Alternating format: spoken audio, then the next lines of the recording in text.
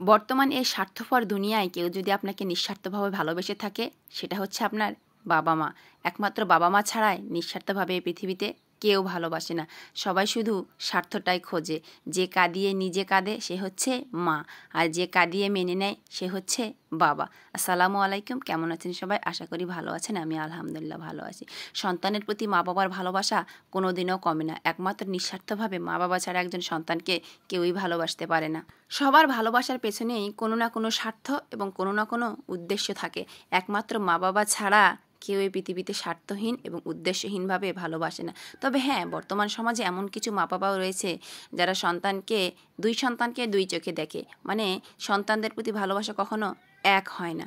যে সন্তানটা একটু বেশি ইনকাম করে তার প্রতি ভালোবাসাটাও বেশি থেকে যায়, আবার যে সন্তানটা একটু কম ইনকাম করে তার প্রতি ভালোবাসাটাও কম থাকে। আমি পৃথিবীর কোনো বাবা মাকে ছোট করে কথা বলছি না, কিন্তু কিছু কিছু বাবা মা আছে এমন যারা সন্তানকে এক চোখে কখনোই দেখে না। এই যে দেখেন, আমার বিবাহিত জীবনের 15 বছর পার হয়ে গেছে, তারপরেও কিন্তু আমি আলহামদুলিল্লাহ আমার মা বাবার কাছে সেই ছোট্টই আছি। এমনটাই প্রতিটি সন্তানই মনে হয় তার মা বাবার কাছে যতই বড় হয়ে যায় ছোটই থাকে। তো এই যে দেখেন, এখানে অনেকগুলো দুধ দেখতে পাচ্ছেন, আর আমি অনেকগুলো বোতল ধুয়ে নিলাম। তো এগুলো হচ্ছে আমার বাবা পাঠিয়েছে। আসলে কয়েকদিন আগে আমার আম্মুর সাথে আমি ফোনে কথা বলছিলাম, তো সেই মুহূর্তে আমার আম্মু আমাকে বলছিল যে এরকম একজন লোক দুধ দিয়ে যায়, দুধগুলো অনেক ভালো। তো যাই হোক, আমার আব্বু বলছে ঠিক আছে, আমি তোমার জন্য পাঠিয়ে দেবো। দেখেন, আগের দিন আমাকে ফোন করে বলেছে তোমাকে একটা লোক যাবে দুধ দিতে, ওগুলো তুমি নিয়ে নিও। এই যে দেখেন, আসলে আমি গরুর দুধ অনেক বেশি পছন্দ করি এবং আমার 2টা মেয়ে হয়েছে, আলহামদুলিল্লাহ গরুর দুধ অনেক বেশি পছন্দ করে। দেখেন, প্রতিদিন কিন্তু আমি দুধ কিনি, তারপরেও দেখেন আমার জন্য পাঠিয়েছে।